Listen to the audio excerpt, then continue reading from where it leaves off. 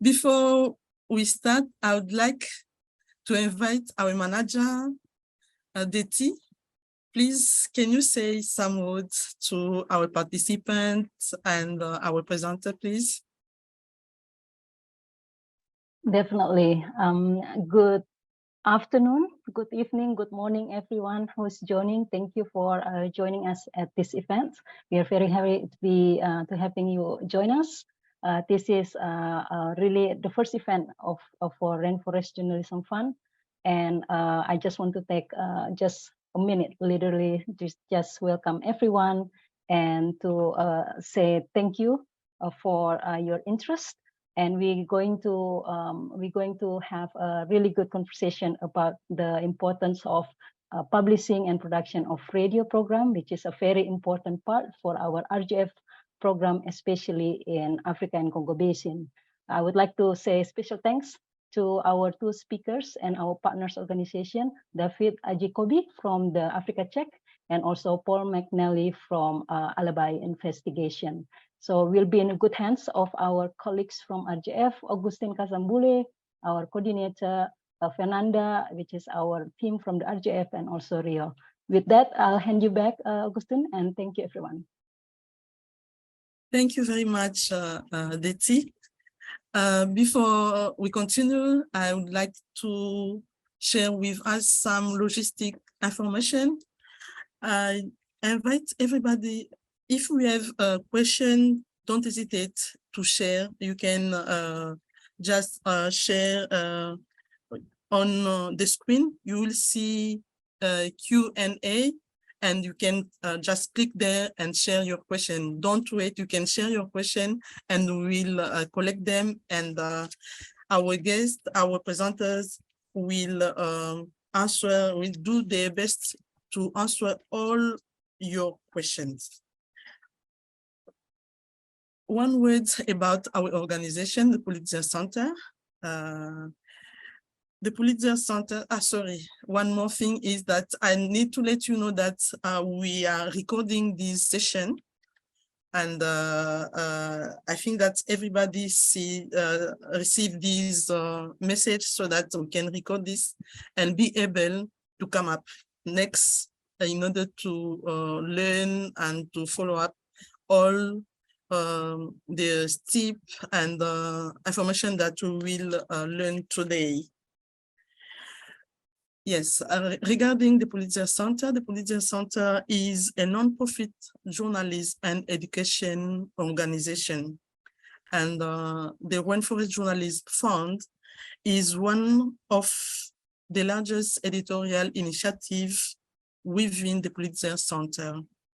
And what we do is we raise awareness regarding the issue focusing on the world tropical rainforest. And what we do exactly, we support and we build capacity, journalist capacity, in order to help them to produce a good quality, independent reporting stories.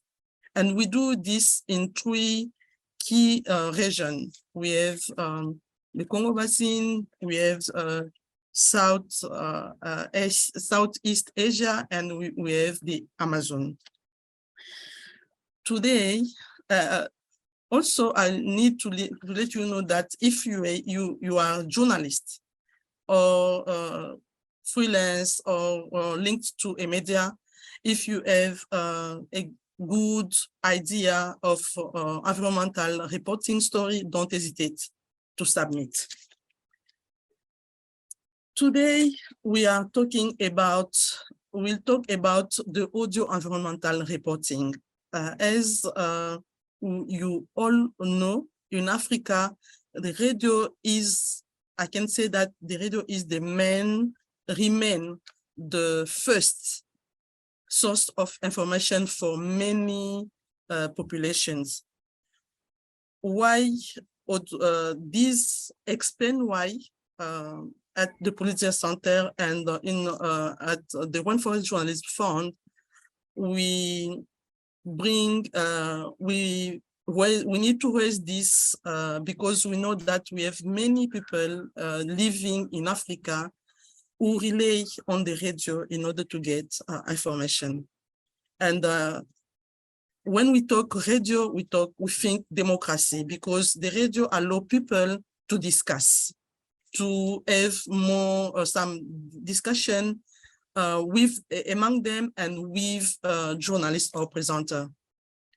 The radio allows also to overcome literacy limitations. We are talking about Africa, you know, and people who are not able to write or can listen to the radio and be informed about all things happening in the cities, in the villages, or in the woods. As we are Rainforest Journalism Fund in the Congo Basin, we have many journalists who deliver, produce, or suggest some, what can I say, deliverable on radio. They produce their story, the audio, or the stories. They publish them on radio, and we have many of them, and they have a direct impact as well as on local community, then on national communities or international. So today, I think that with our three presenters, I can say we have three presenters, we'll have many tips that will help us to improve the way we are working on radio reporting on environmental issues. Okay, before we start, I will just introduce our presenters, our special guests. We have Paul, we have David. First, we have David Ajikobi. David Ajikobi is from Nigeria. He is the Nigeria editor at Africa Check. And when we talk Africa Check, we think directly the independent fact-checking website. David today will do a presentation on the fact-check process and thinks that journalists should pay attention when they are producing their stories. We have also Paul McNally. Paul is the founder and the executive director of Alibi Investigation. And the Alibi Investigation is a non-profit unit and a training center that focuses on producing African investigation podcasts. Today, Paul will focus on the distribution side of podcasts. He will also share with us his current project with the Pulitzer Center. Finally, we have also Fernanda Bufa. Fernanda is our program coordinator at the Rainforest Journalism Fund. Fernanda will share some idea to get us started on thinking about our audio production. Okay, thank you. Why audio reporting, environmental reporting? I already say why. Now I will invite our first presenter, who is David. It's actually Fernanda? Yes, thank you so much. Thank you for this introduction. Hello, everybody. I'm super happy to be with all of you today. Thank you so much for joining us.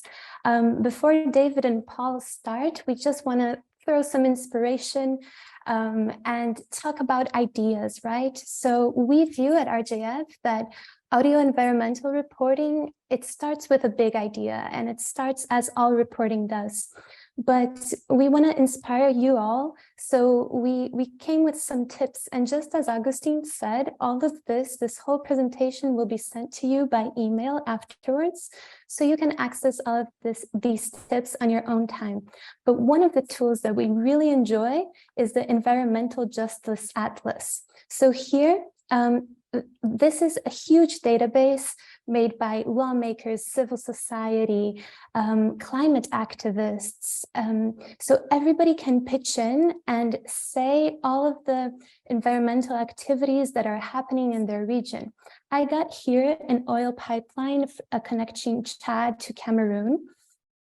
And of course, all of this information needs to be verified, right? As David will talk a little bit more later. So of course, this is just a starting point, but it can really help you map out everything that is going on in your country and in your region.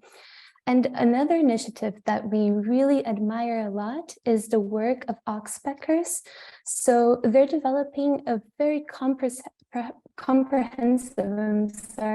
database of a lot of environmental activities going on in Africa. They have mine alerts, they have data related to water and water contamination. So these are just some online starting points. And of course, not limited to, because so many times ideas come from the field, but we just want to get the inspiration going. And one part that relates really well to inspiration is thinking about a roadmap, right? So thinking about after you have the idea, what comes next? So we kind of just gave some steps here, which the first thing would be to develop a structure, develop really a concept for your audio or radio piece, and what you want to accomplish with it. What is the end goal? What is a possible impact for your story? And then you can choose your podcast format. Is it going to be a series? Is it going to have 5 episodes, 10 episodes? Is it going to be character-based or not? And then we can go to what equipment and software suits you best. So many people use Audacity, for example, to edit radio pieces, but maybe that's not the best one that fits for your current needs. So the internet is full of options, so you can choose what alternative is better for you. Then we go to the interviewing and fact-checking process. David will talk a little bit more about this. Then to recording your first episode, and in RJF we view the first episode as such a big part of radio production because it really sets the tone not only for yourself and for your roadmap, but also for your audience. So it really gives your audience something to expect and everything. And then there's also the design, and this may seem a bit weird because when we think, audio reporting, does this really need a design? But the design really helps a lot with your branding, with getting people interested in what you're producing, and just with social media, when people feel attracted to that content, they can share within their networks. So it's important to think about that. The launch of the podcast, the distribution, there are so many channels that show all of these podcasts and audio pieces. And finally, just market a lot. We set here this link, Tools for Podcasting. It's a free ebook that is online, so we encourage you all, when you have the time, to check it out. And we also list some other links. There is a toolbox with so many tips on radio production and audio production. We list Pixabay because it gives free audio and music. We also list tools. For example, sometimes you produce a really great article or a really great feature, and you would like to incorporate part of that into a radio piece. So there's so many tools online that get text and transform this text into audio. So we also listed some of those. And finally, to get more inspired, we listed a list from GIGN of great journalism podcasts from all over the world. So please take a look at that. And now I would like to invite David to talk a bit.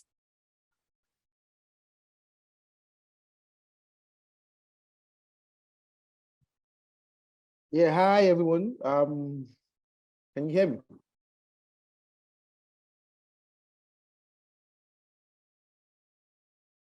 Hi. Yes, we can, David. Oh, great. Thank you for having me. My name is David Ajikobi.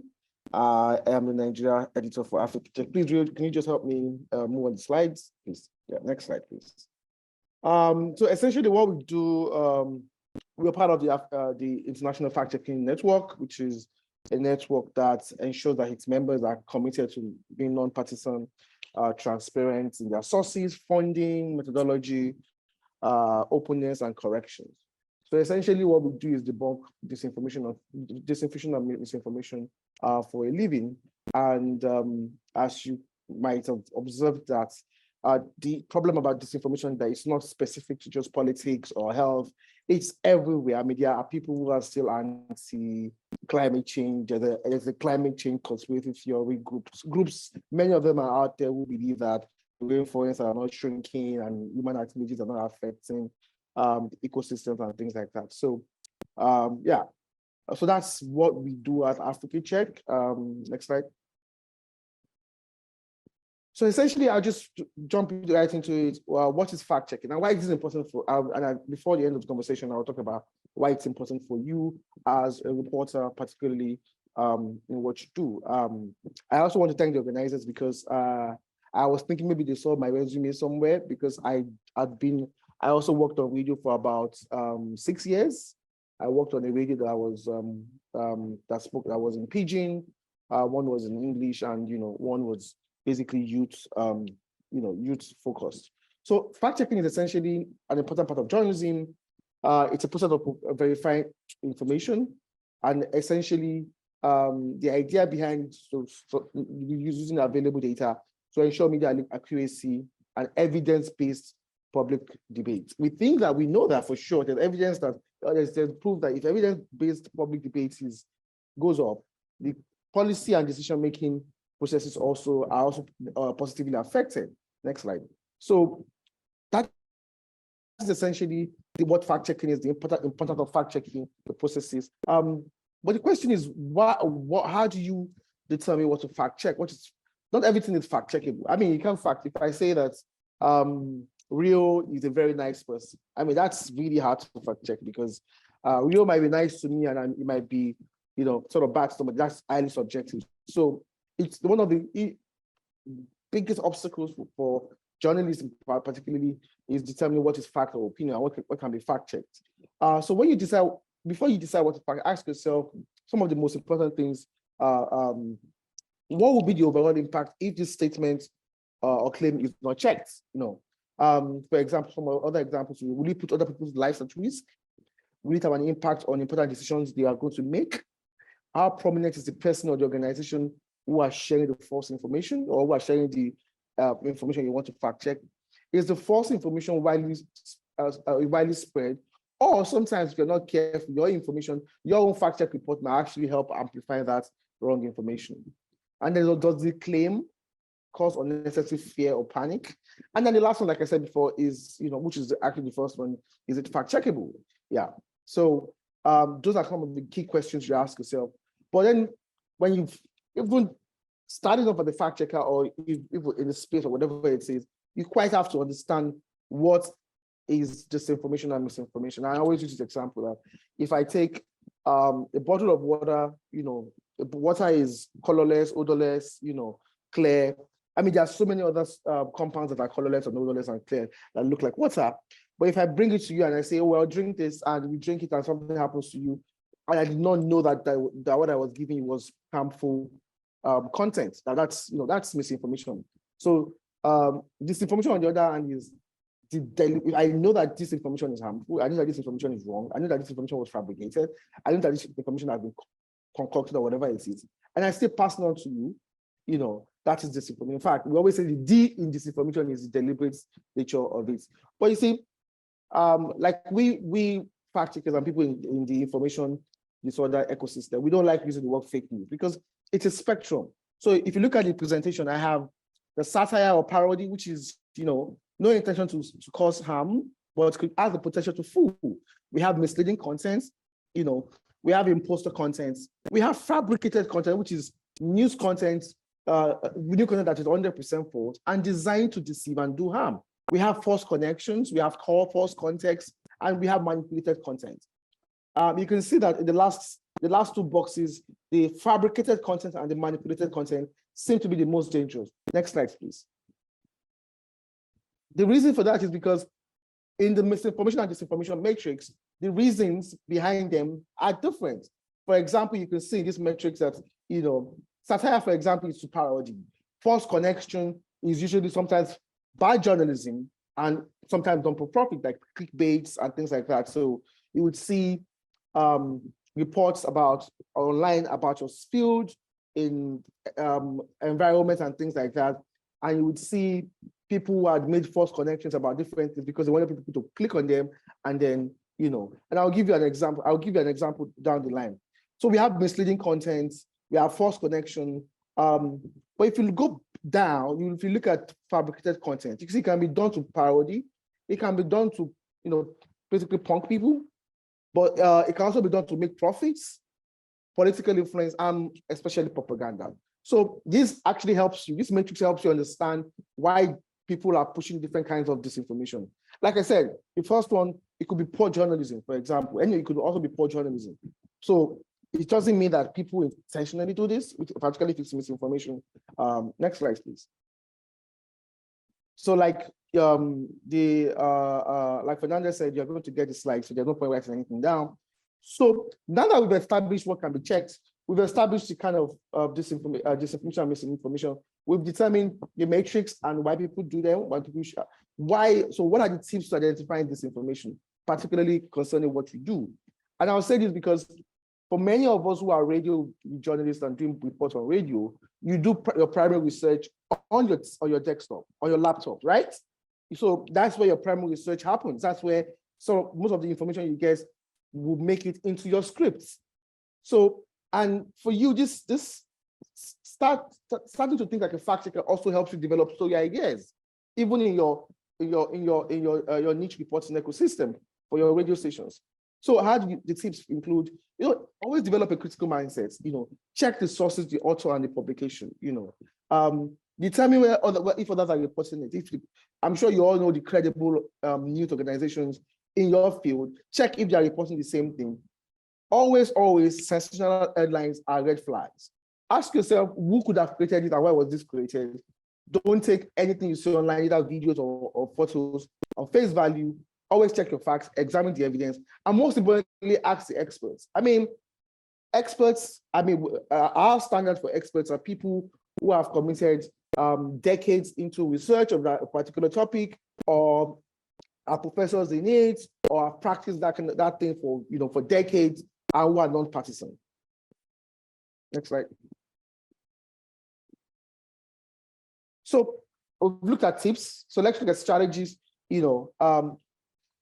For us, we're moving away from calling ourselves fact-checking organization. We're moving towards researchers in disinformation disorder because we're not doing only fact-checking anymore. We're also doing things like debunking, media literacy, and all sorts of different things. So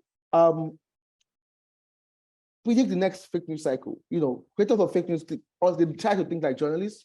Why journalists hunt for new angles to major breaking news? They simply make them. They don't wait for it to happen. Any big gap in the story is a potential for disinformation. So when you see a gap in the story, always think that, there could be a potential for disinformation. And you can also even provide information to fill that gap. Next slide, please. And it's for us to also understand that, we are in a business of motives. Remember that everybody has a motive. You and I have a motive. Everybody has a motive. So why are people pushing this thing? So, for example, governments and politicians will seek popularity. Anti-government groups will seek sympathy. Fraudsters seek money. Bloggers seek online traffic. everyone who creates and shares information has an agenda, you know. Yeah, please, next slide. You know, I think this is one of the most important parts of this conversation, because when it comes to climate change, deforestation, ecosystem, things around the ecosystem and the environment, there are a lot of conspiracy theories. There are loads of them. I think that's even worse. But conspiracy, always remember that conspiracy theories are usually complex narratives created to make points or a point, find the points. Who is accusing who of what? You know, are the loggers accusing, the loggers in the Amazon rainforest in Brazil accusing the state ministry of forestry, for example, of this? Always find out who is accusing and what are they saying. Conspiracy theories breed disinformation, which in turn strengthens conspiracy theories because it's a vicious cycle. Next slide. Always identify the actors. Those who hold opinions in line with conspiracy theories are likely to share and create just, and I'll give you the example of the anti-vaxxers. You will notice that it wasn't just the anti-vaxxers, the main actors, the leading actors in the anti-vaccination movements that were creating anti-vaccination messages alone. After a while, senators, lawmakers, normal people, even doctors and people were also feeding into that system. You know, for example, it's not difficult to identify the major actors of the conspiracy theory because they are mostly vocal on radio, TV, or whatever it is. Next slide. So, speaking about the practical, how do you now develop a sort of a mindset to fact check using these 5 steps? The first question you always have to ask yourself is, so let me give you an example.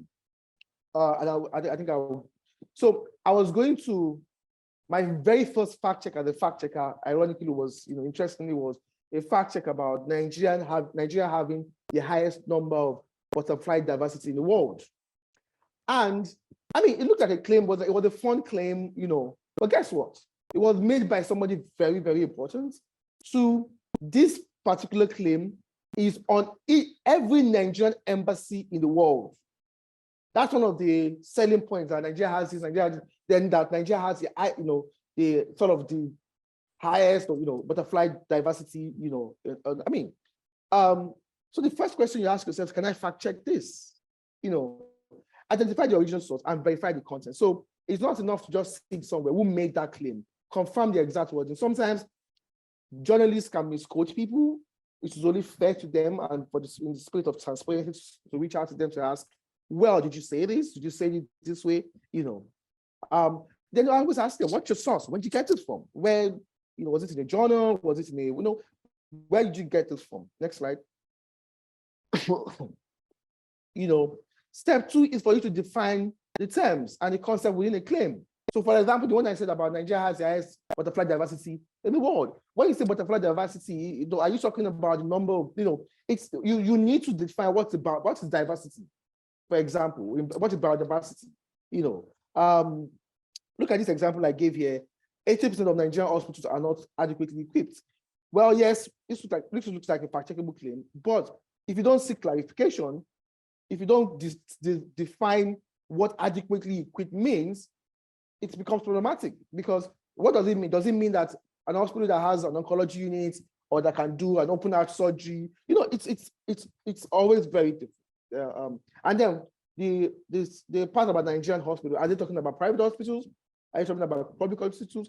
And even in public hospitals, there are different kinds of hospitals. There are tier 1 public hospitals, tier 2 public hospitals, tier 3 public hospitals. So it's very, very important to always define terms and concepts. Next slide, please. So step 3 is for you to interact with the evidence using the latest reliable data. We do not use data that has been stored away somewhere that is not publicly available. All the data you can use, you should use as a fact checker, should be data, or as a journalist, should be data that is publicly available. And the reason is because if anybody goes through your report or hears your production, if they go to reference that same data, they will come to the same conclusion. Not that something that you want to bring out something somewhere, they should be able to help build up a library data set. If you don't have, some of them are online, ask experts. When you start building database, start building contact, start building reliable online sources, and then adding experts as you sort of go along the flow. Step 4. Always ask the experts. I always say that when I wake up in the morning as a fact checker, I see myself as a stupid person, like I don't know anything. Because that's really the right way to engage. Sometimes we engage society because you really want to learn, you want to see new perspectives, and you realize that people who are sort of very knowledgeable in different fields sort of think like that, to say, are there new insights that I could have missed? So always ask the experts. Contact experts in the field to verify or clarify information, particularly people with good academic track. So what I do, for example, is I probably only point for professors of a particular field. So in the report I did about the butterfly diversity in Nigeria, I was able to speak to 4 or 5 I've forgotten Lepidopteria, which are professors who have based their academic track on studying butterflies alone, only butterflies. And, they were across the different continents. And guess what? They were able to provide me rich data that I did not even find on the internet very easily, but it was there. They were able to point me to data to say, well, for us to conclude that, well, Nigeria does not have the highest butterfly diversity, but it's the country called Peru. And they explained it with peer-reviewed work and things like that. So always ask them, is the claim correct? How should the data be interpreted? Make sure you understand, never assume. Next slide, please. And the last one is, please, always transparency, set out your evidence. Even if you are doing a radio production, you can always, in fact, I always say that radio allows you can always set out your evidence, explain yourself step by step. Always hyperlink your sources. If you write a script and you do something and okay, this script, I'm going to put this script online or whatever it is, please hyperlink all the sources you use. Inform the person you factored of your conclusion. And this is why this step is very important, is because the person could have genuinely made a mistake. For example, there are certain claims about the environment, rainforest management, and things like that have been repeated over and over and over and over and over again. But they're incorrect. So this person might actually want to correct himself in subsequent conversation. Remember, peer review, more than one person must sort of look at the evidence and also come to the same conclusion.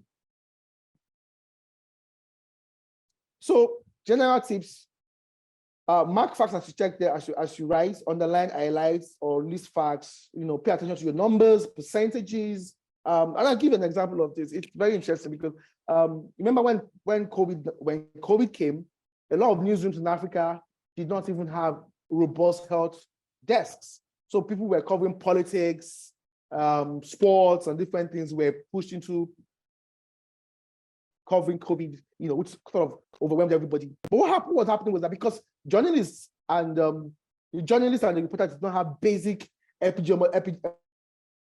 basic training in epidemiology, a lot of them were mixing up percentages and numbers and terms, incidence rates, infection rates, and things like that. So always be careful. Names and titles, places, quotes. Remember, some quotes can be paraphrased, some quotes are direct. Please, and always be careful of comparison. For us in Africa, I'm speaking as an African, as a Nigerian, there's always that tendency for us to compare what's happening in Nigeria to other places. I mean, we could say, well, Cameroon's rainforest, whatever it is, dry, whatever management systems are not the same as Brazil, are not the same as Nigeria, whatever it is. But always remember that countries are different, contexts are different, So thank you very much. So we also don't like to talk. We don't, like I always say, we don't just talk.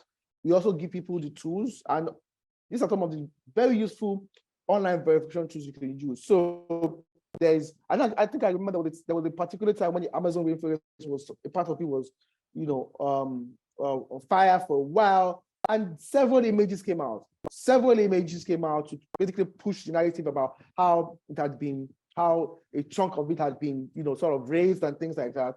And we realized that using like Google reverse image searches, we realized that some of those pictures were not actually from Brazil. Some were from California wildfires. You know, some you could see because I mean the crop, the flora and the fauna was sort of different from what you would see in the Amazon or different parts. So things like 10i and RevI sort of helps you see the difference between, you know, Amnesty International YouTube data viewer is very good. InVid verification plugin is very important because this actually works for video in the sense that if there's a video going on, it could be saying, oh, people are logging somewhere, and you don't know what language they're speaking, or don't know what they're, just take a thumbnail of that or a screenshot of that video, put it to the InVid, it will most likely get the video out. Google Earth is very good. It helps you compare, you know, it can help you compare years. So for example, there was a time I was trying to fact check the size of the Lake Chad River, and a politician had claimed that the Lake Chad had shrunk by 90%. So we were able to use Google Earth to sort of, I mean, other satellite imaging tools to sort of see what it had. And we also use research to see what the size had been before and what it is now compared to now. So Google Maps is also very good. What license plates, that's one of the things you can use. So yeah, that's all for me. All of these things, if you click on them, it will take you to the website. So thank you very much. My name once again is David Ajikobi. You can reach out to me. That's my number and my email address. Thank you. Thank you very much. Thank you very much. We have many questions from from French-speaking journalists because they are all also here.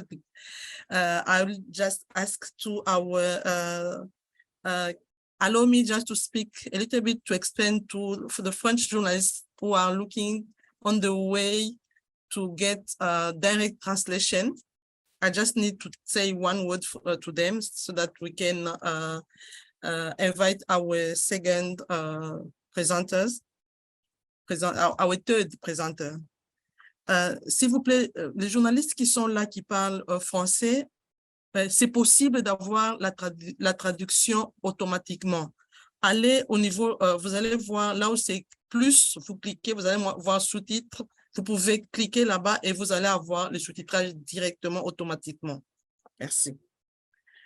Okay, then I'm kindly, I like to invite now Paul. Please, Paul, can you also get in, and this stage is yours. Thank you so much. I really appreciate it. And thank you so much for the invitation from the Pulitzer Center and RJF. I really am very excited to be here and to talk to all of you. I'm the CEO and the founder of Alibi Investigations. We're based in South Africa, but we work across countries all across Africa. And we're sort of moving into our second year now. And I think this year is going to be very exciting. We started at towards the beginning of last year. And our basic premise is to try and increase investigative podcasting on the continent. So we're an investigative unit and a training center that mentors African journalists to turn their stories into investigative podcast series. So we do that by starting with a basic call out. We have a Google group, which I'll put the link to towards the end of this presentation. And we basically ask any working journalist across Africa to sign up in our Google group. And from that access point, we ask them to pitch stories, stories that they may be working on currently or ones that are already published in print or in video.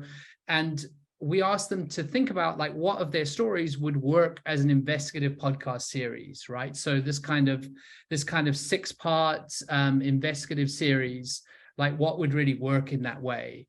We offer training. So first of all, to individuals, we offer free training. And then to newsrooms, we offer sort of paid training packages. But really it's about like trying to get as many of these stories to as many people as possible, because we've sort of seen that there needs to be a kind of there are new audiences evolving around podcast consumption, and there's really good journalism that's being done, and we want to kind of bridge that. So we then work with a journalist once we've decided on a story, and we've kind of worked with them, and I'll get into the training in a little bit more detail in a minute. And then we work with them to acquire a grant or to sell to a distributor in order to fund the completed work. Can I go to the next slide, please? So as you can imagine, podcasting is exploding on the African continent. There's a lot of interest. There's a lot more listeners. And there's also solid investigative journalism being done, but it's often being done, both of these sort of pursuits, the podcasting and the investigative journalism, are increasingly being done in separate camps. And the two kind of needed to be brought together. And that's really what Alibi Investigations is doing. We're trying to fill that gap. We're trying to bring people that are investigative journalists into the podcasting scene. And then by extension, hopefully increase the quality of podcasting for the podcast listeners across the continent. So then once people are in our system, once they're joined up to the Google group and we're kind of familiar with them, we email them directly for pitches. We share training materials with them that we're developing with Deutsche Welle, and we conduct one-on-one mentoring sessions with them. And we offer a number of different short courses around podcast development. Some of the skills that were mentioned at the beginning of this earlier in this presentation, but we also offer a course in branded podcasting as well, which is very interesting because that's still something that can kind of generate revenue. So we offer all these different courses, but then really what we want to get down to is these one-on-one mentoring sessions. And that's where we can really dig into the story. We can find out what still needs to be done, where it can be going, and also like how it can break up into various different episodes, you know, cliffhangers, all this kind of stuff, which is sort of, we kind of take for granted when we listen to a podcast series, but as a journalist, it's actually a new way to kind of think about journalism, right? We might be a writer and write sort of investigative nonfiction, but you still need to think around this idea of cliffhangers, of like new episodes, of like what will bring a listener in from one episode to the next. And we train in all those different things. We think about that, we discuss that with our journalists, and we bring them up to speed with all those kinds of skills. But also, I ran a bunch of projects in the community radio sector before I got into podcasting.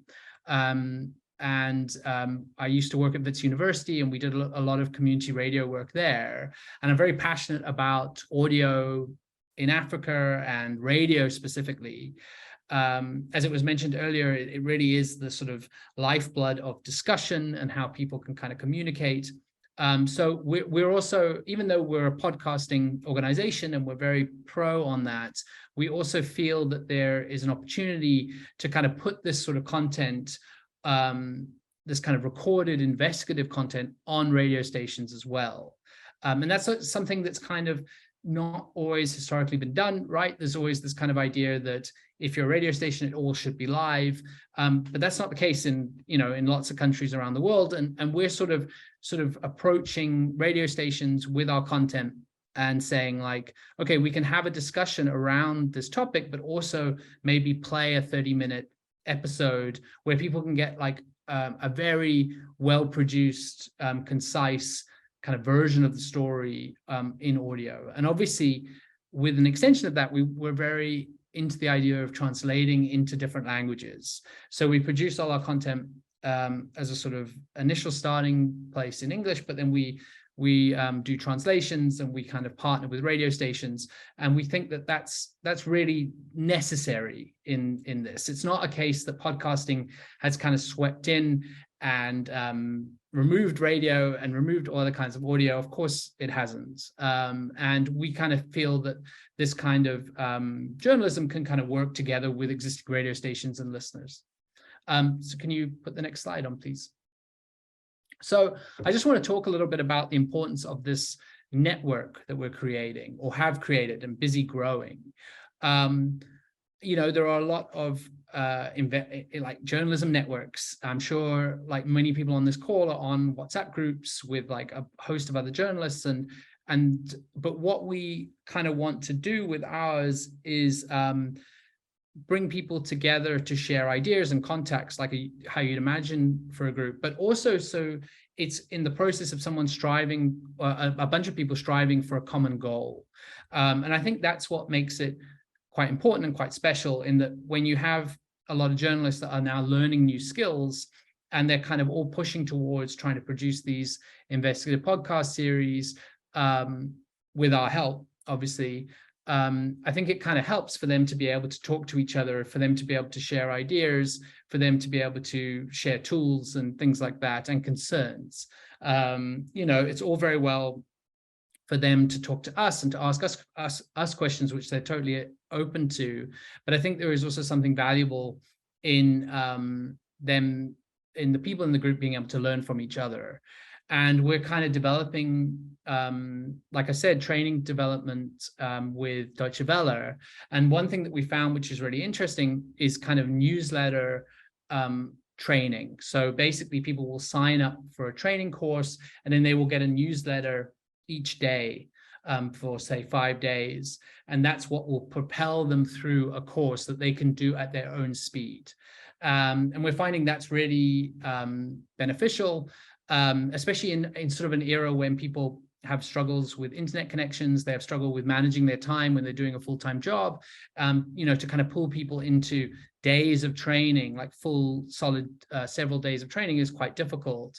So we're kind of developing things that can kind of fit in the cracks of working journalists who already have a full-time job. So we're using WhatsApp voice notes, we're using newsletters, we're using all these kind of low impact, kind of easy accessible kind of methods in order to train our journalists in this investigative podcast pursuit.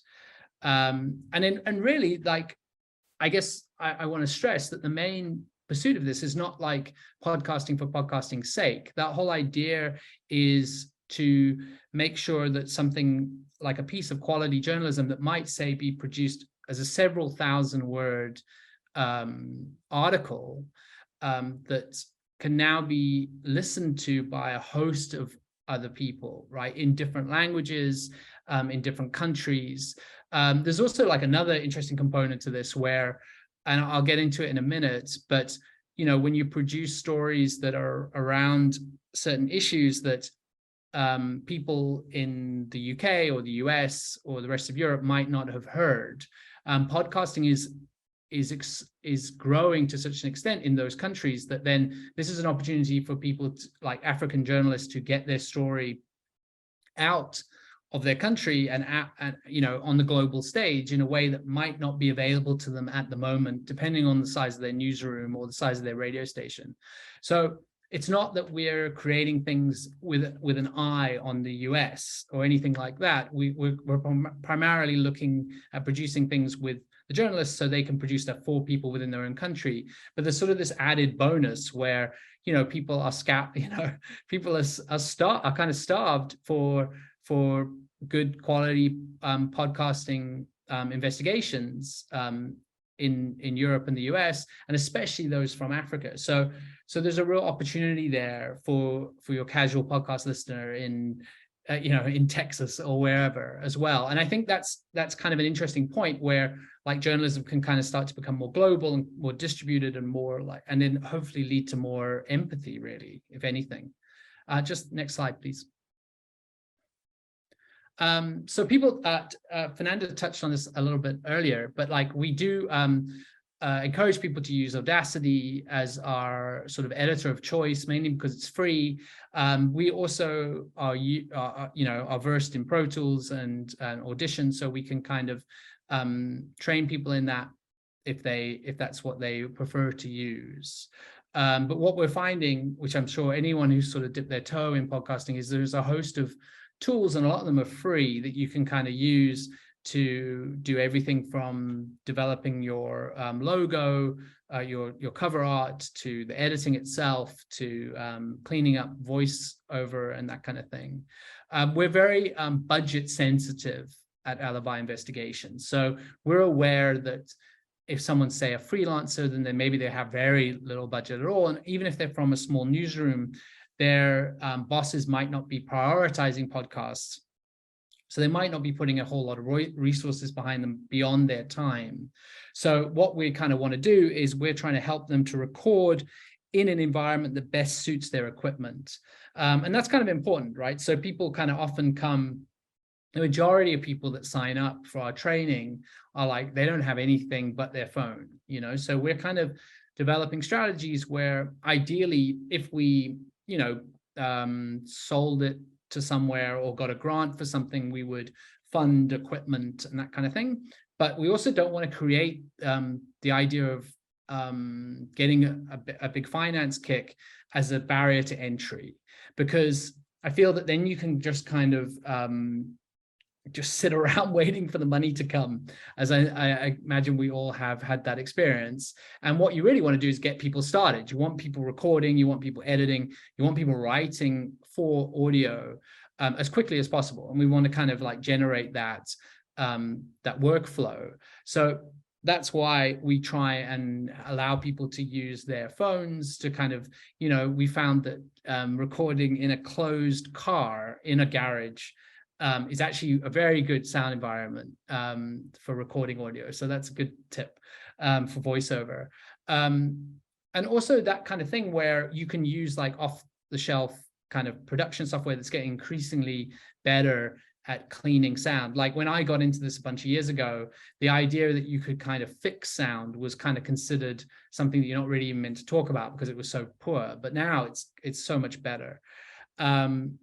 The other thing that we offer to people that are in our Google group and in our training sort of environment is free hosting, because we think that that's kind of a barrier as well to people that want to produce their own podcasts.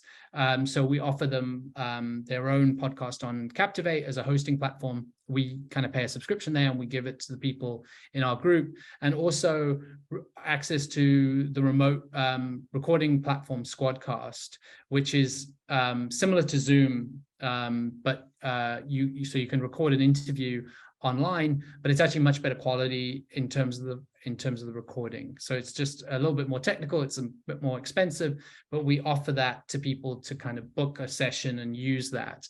So we're trying to create like obviously this situation where people can kind of come to us for training, kind of especially what we really like working with are people that are from radio stations that are already working in production, but maybe don't know about the podcasting space, and we can kind of train them in things like scripting. Because you know, I'm originally a magazine writer from many years ago, and I kind of feel that as much as you can talk about tools and recording and things like that, like really the key to all this is in good writing.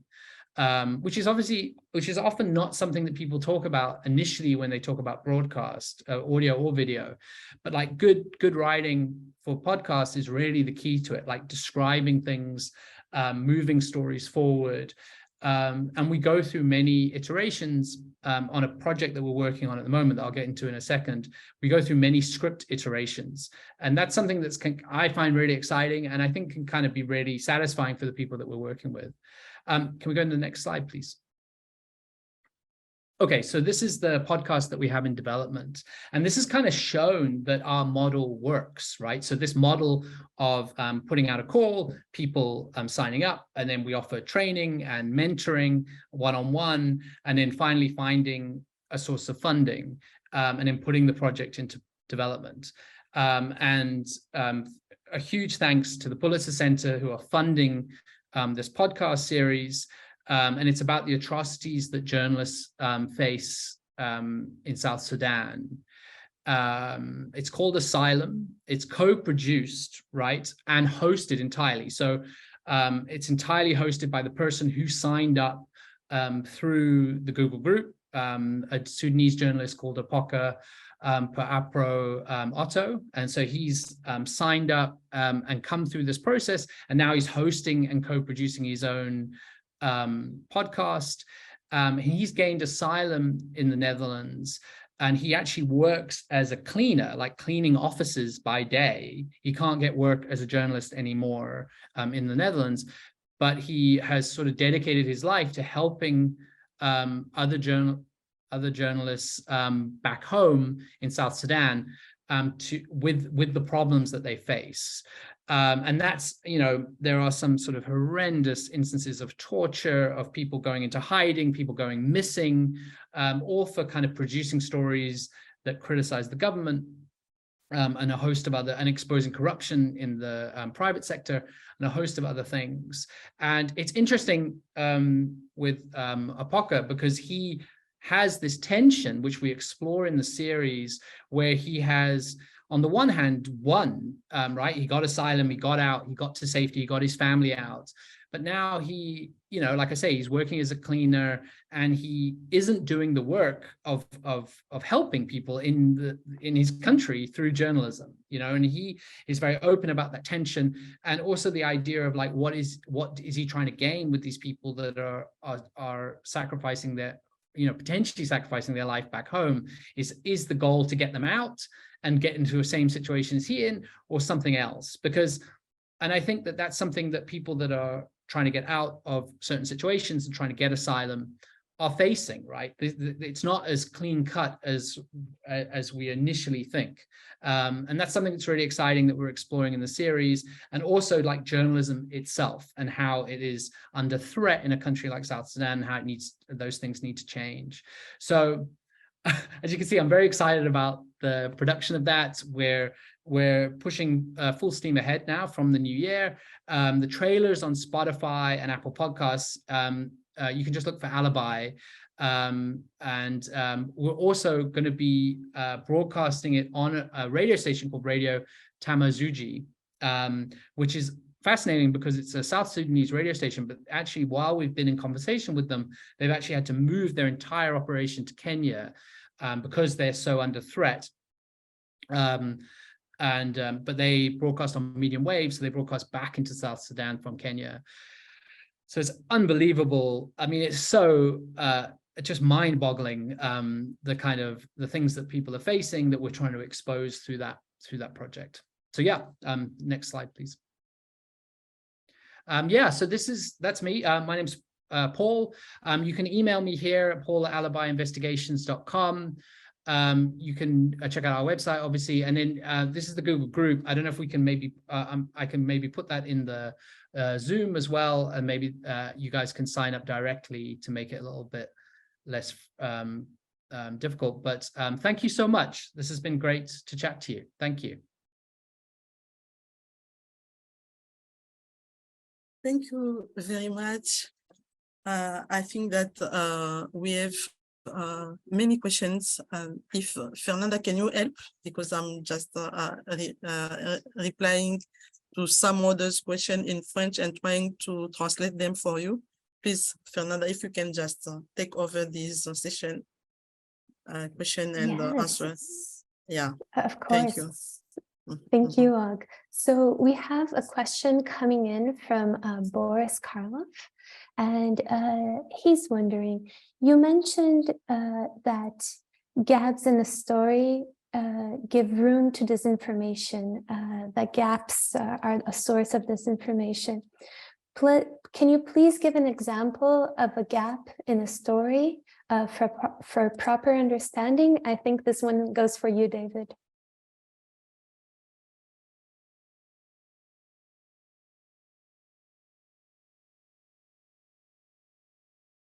Yeah. So what I meant by that was that, in every story you have, oh, this happened, that happened, and then maybe you're expecting those who are in charge of data sources or data or information to release them, and do timely review of such information, and they don't. People will assume, and I will give an example. If I were to ask you right now that what is the population of Nigeria, nobody knows. Nigeria has not had a population census since 2006. So that means that we have not done any detailed exercise to find out how many Nigerians there are. And what that does is that that means we don't know how many people are in different places, in different regions, because Nigeria is a multicultural, multi-religious, and multi-ethnic country. So we don't even know how many people are in the northern part of the country, eastern part. So because of that gap, what we have is that there are a lot of narratives and stereotypes that are being sort of pushed because of that gap. I mean, if we have, for example, detailed facts or detailed evidence about, oh, this is the number of people we have here, number of people we have here, based on the most recent census, which should have been like about last year or thereabouts, that would not sort of encourage any disinformation or misinformation or narrative around the population in Nigeria. I hope that's an example that you understand. Thank you so much, David. There's also another question coming in, and I guess this one works for all panelists. What are the biggest opportunities and the biggest challenges for producing audio reporting and podcast reporting in Africa today?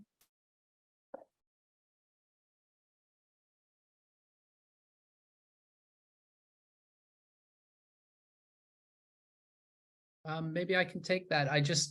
I think one of the biggest challenges, I mean, the one side is the production that we kind of talked about in terms of like financing it and equipment and things like that.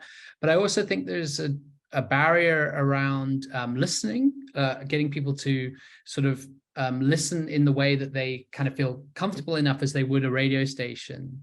And I think that people 5 years ago thought that this would have happened much quicker than it has.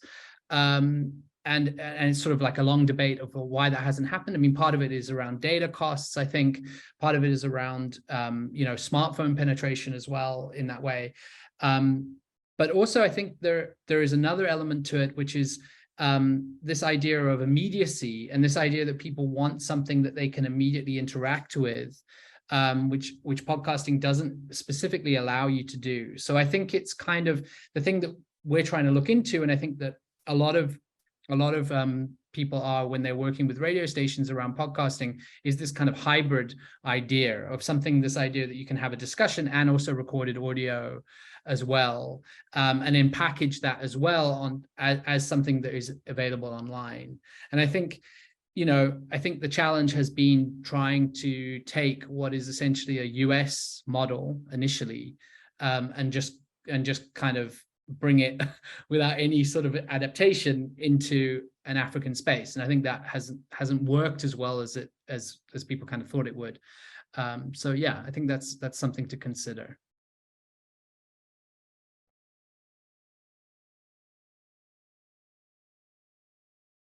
Great, thank you so much, Paul. David, there's another question coming for you about fact-checking. And the person is saying that sometimes for local community journalists, it's a bit overwhelming to see all of the fact-checking tools online. So how would you recommend the person approach the fact-checking process? So yeah, absolutely. I think I agree with the first part of that question. It's really very difficult, just like what Paul said about importing American, it's just like the technological imperialism, to say.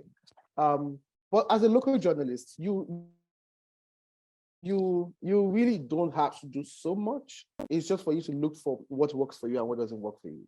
And I'll give an example.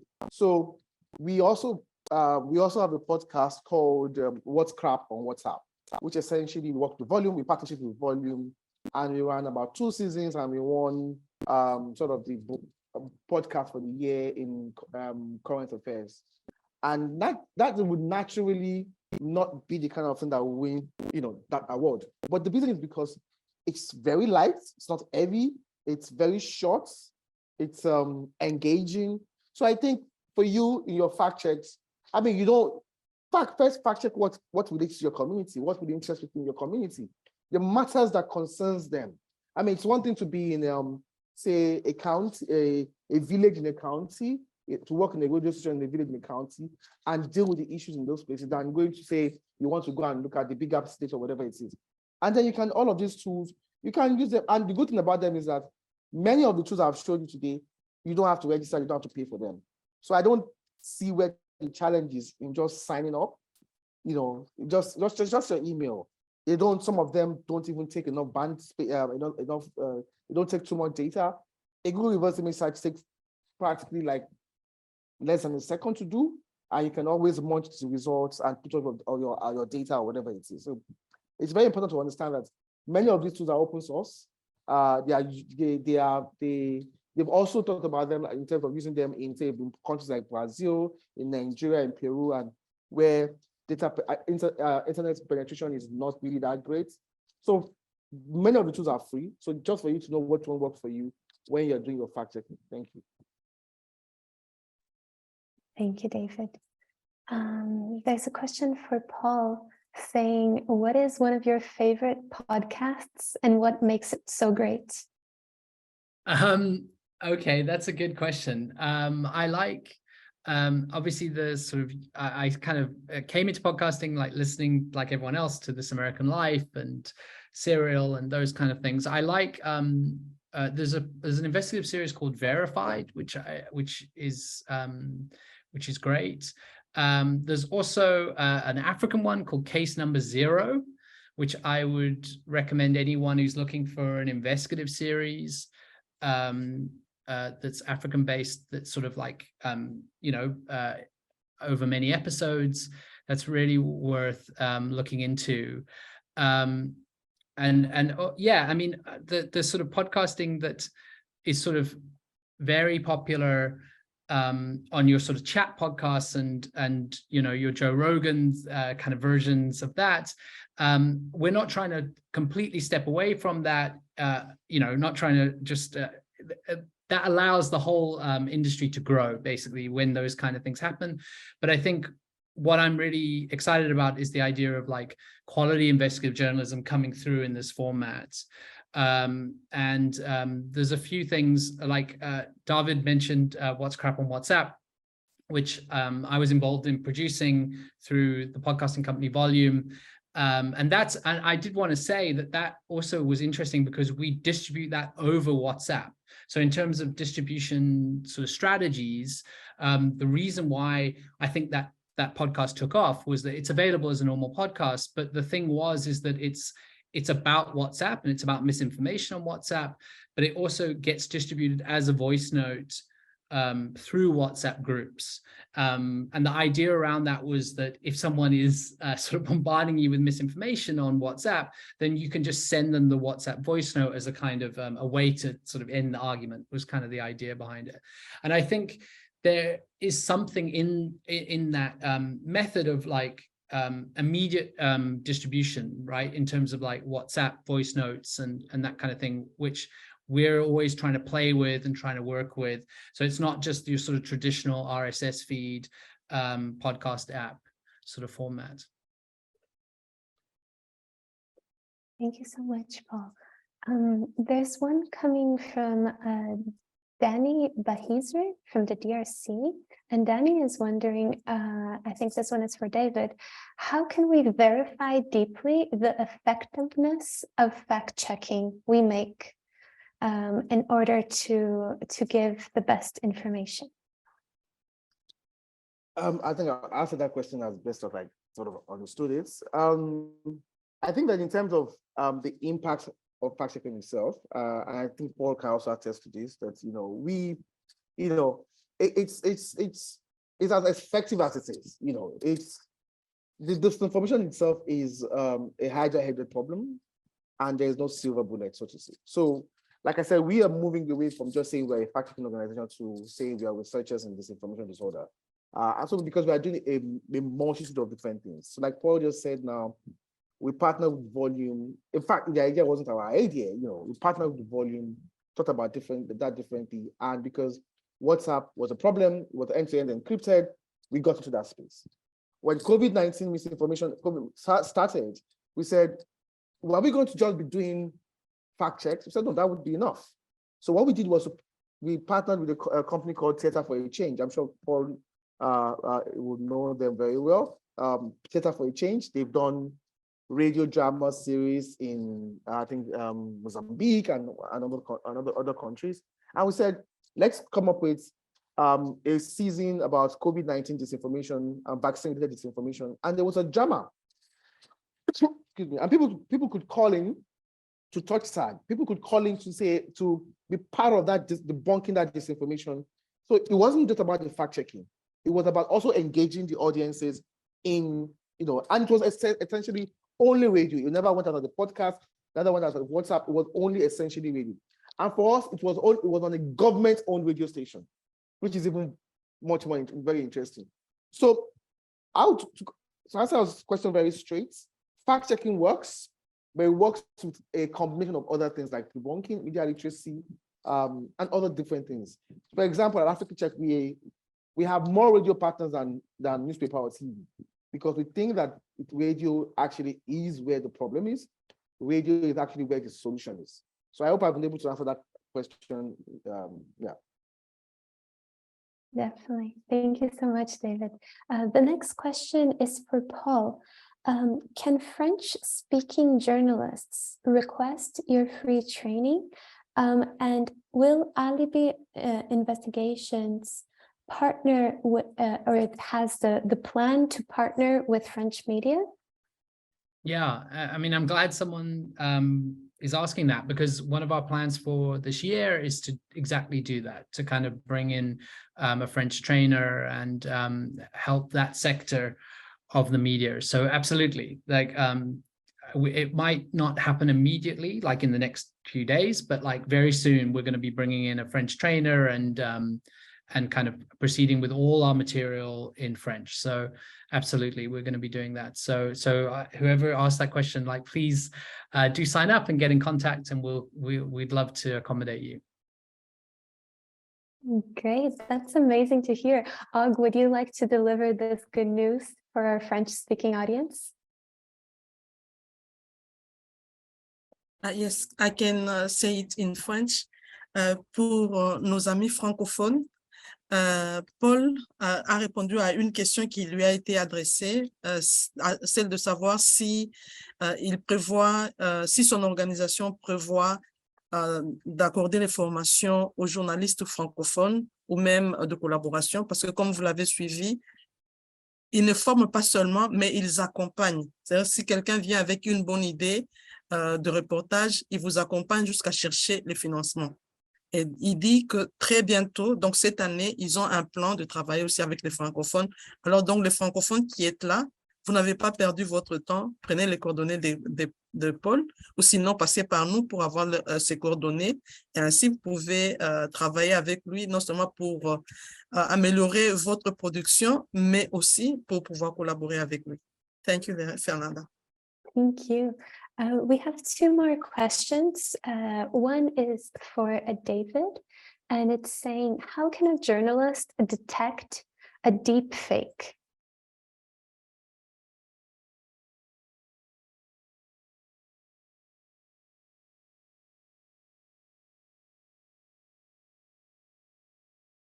Yeah, thank you very much for that question. So for us in Africa, deepfakes have not really been that much of a problem, because we still think that if you look at it in terms of how much deepfakes were seen compared to video manipulation, then deepfakes, I would say it's still fairly somewhat of a problem here. Right? But at the same time, I also think that presents us an opportunity to say, look, how can we quickly sort of teach people a few steps? There are a few tools, for example. Google Invid is also very, very good. But also the good thing is that even your senses can help you. So for example, we always say that, human beings will behave like human beings. Bots and AI are trying to behave like human beings as much as possible. But so blinking patterns, for example, people's mouth matching the texts. So usually you would see that if you speak, your consonants will most likely, no matter where you speak from, no matter what language you speak, the consonants will most likely, it's where you see the actual, sometimes the emphasis. That's one. Also, the fact that look at the environment. So sometimes the environment might be a giveaway. There's something in the background. There's something somewhere that's out of place. Elon Musk is speaking about how he's supporting Peter Obi, and he's saying it's, I mean, so you just paying attention sometimes can actually give them away. Just the same way bad spelling and bad English can give out some fake websites, yeah. So that's sort of the basic level. But we also have some AI tools that are coming out that have already come out to actually help you detect that, okay, this percent augmented reality or whatever, or deep fake and things like that. So going back to the question about the French, and I also wanted to announce that we also, so Africa Check also we have a Francophone arm. Our office is we have offices in Kenya, Nigeria, South Africa, and in Dakar in Senegal. And our offices cover Cote d'Ivoire, the Gambia, and some other Francophone speaking countries. So please feel free to reach out to me. I'm happy to transfer you over to my French speaking colleagues who are fantastic and amazing in the work they do in Francophone Africa. So thank you. That's awesome. Thank you very much. And the last question coming from Francis is saying, podcast is definitely a major prospect in Africa. Paul, I think this one is for you. What top tips would you share on how to build audiences? Yeah, I mean, that's an interesting thing, right? Because podcasts get released, not like you're running a website, like a news website, and then you get to put new articles on a website and build an audience in that way. Every new podcast like falls onto a new RSS feed and kind of has to find a new audience. What we're sort of encouraging and what we're kind of trying to formulate is this idea of like podcasting networks. So I mean, that's not something that's new, but it's something that people don't instinctively feel is a way to build audience. And then once you've got, say, 5 or 10 podcasts in your network, you can cross-promote each other. You can put ads for each other's podcasts on each other's feeds, introduce new episodes in that way. Because, if you have a huge social media following, then you can promote your podcast through social media. But often what we find is that people are not really, if they're scrolling Twitter, they're not really in the habit of now listening to a podcast, right? So they're not necessarily going to click through to listen to a podcast immediately when they're actually scrolling Twitter or Facebook or something like that. So even though you can advertise on Twitter and it might, seep in like an advert and then people later might subscribe, really what you want to do is catch them in the point when they're actually looking to listen to something. So that's often when they're listening to another podcast, right? So that's what I would say is a huge driver for this kind of thing. Is like, I'm not saying don't push on social, don't do that, but at the same time, like if you can kind of start to reach out to other audio entities and kind of bandy together, and it helps if you're all kind of doing a slightly different thing, so you don't feel that you're in total competition with each other. If one is sports and one is a drama or whatever, that we have found is a really big driver of audience. Great. Thank you so much. Sure. We do have to wrap it up because of time, but I would like to thank everyone. Thank you, David. Thank you, Paul. Thank you to my colleagues at RJF. And thank you for everybody who joined us for this conversation. It was super insightful. And I would like to remind everyone again that we are sharing in the chat the link to a survey, which will help us understand if you liked the format of this conversation. You can then suggest things, so give us back feedback, and you can also propose things that you would like for RJF to host in the future. So we really encourage you all to fill it out. It's a very quick survey, I promise. And thank you all very much again. Og, would you like to say something? Just something for our colleague, French colleague, because I receive many messages from them. Les amis qui parlent français, je vous remercie d'avoir été aussi avec nous ici. Comme vous l'avez suivi, que ce soit Paul, que ce soit David, tous, ils proposent, ils disent qu'ils sont capables et ils sont prêts à travailler avec les francophones. Et n'hésitez pas à les joindre, sinon vous pouvez passer par nous pour avoir leurs coordonnées. I'd like also to to say thank you to everyone and essentially to our guests. Thank you, Paul. Thank you, David. Thank you, Rio and Fernanda, for this time.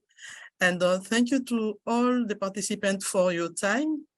I like, as Fernanda said, please, we are waiting for your survey, because this will help us to schedule or to plan the next training or the next webinar. Thank you all. Thank you all so much. Have a great day. Bye-bye. Bye.